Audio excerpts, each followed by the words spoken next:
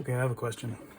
So, for those of you who are, you have a few pens inked up, you have a few bottles of ink, how do you keep track of which inks are in which pen?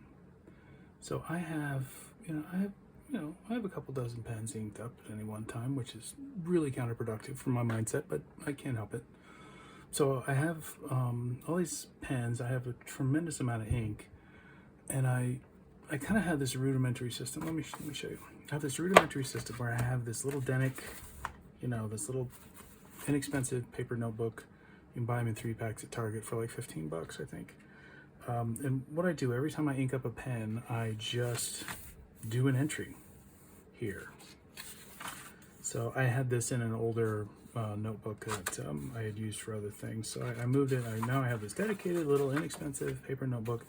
Every time I ink up a pen, I write down the pen, the nib, and the ink, and then I give a little sample, a little sketchy sample.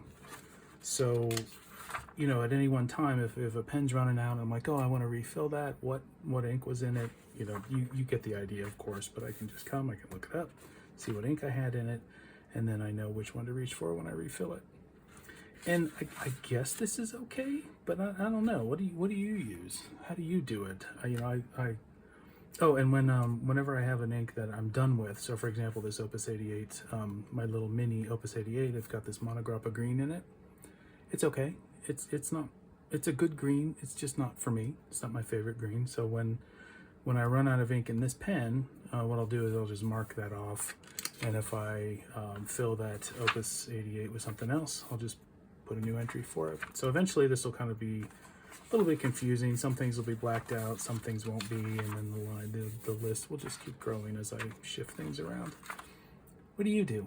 I don't know. It seems okay, but it seems kind of inelegant as well. I have these coloring cards that I was doing for some color swatches, and I haven't done a lot because I just got them, and I only do them when I refill a pen.